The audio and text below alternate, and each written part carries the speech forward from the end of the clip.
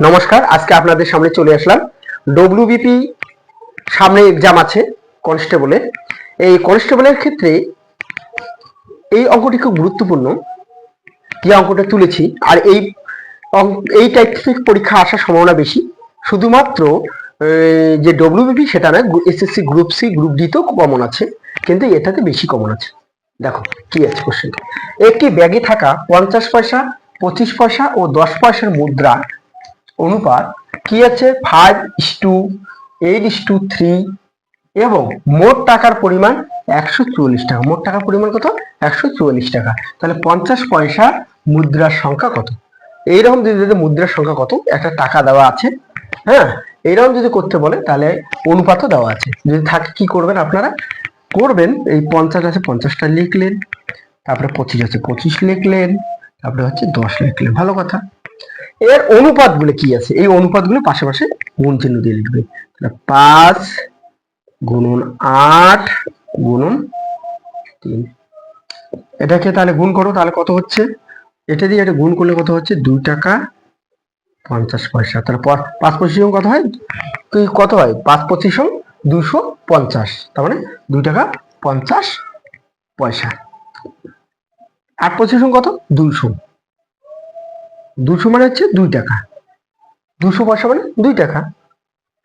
কত? 3 10 30। কত হলো তাহলে? 30 পয়সা। গেল।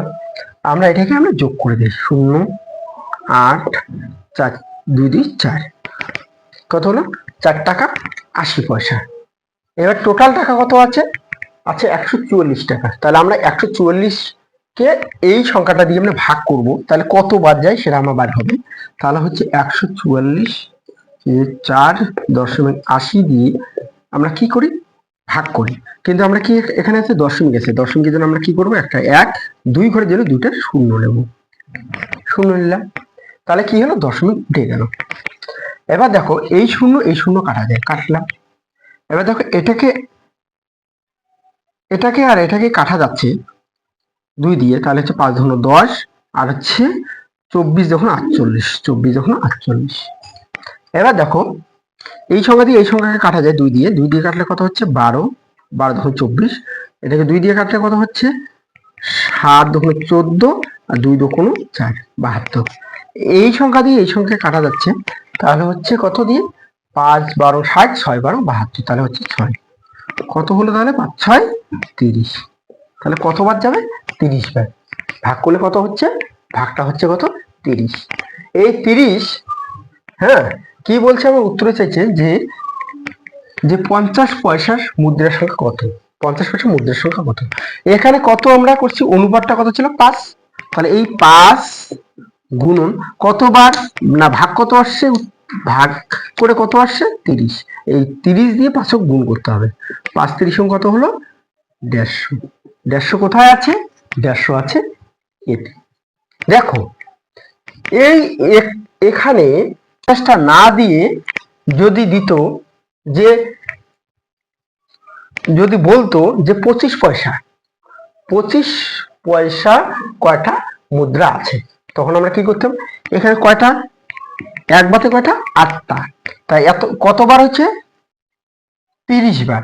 তাহলে হচ্ছে 8 গুণন 30 গুণ করো, তাহলে কত হচ্ছে? 3 8 24 আর 0 240 হতো।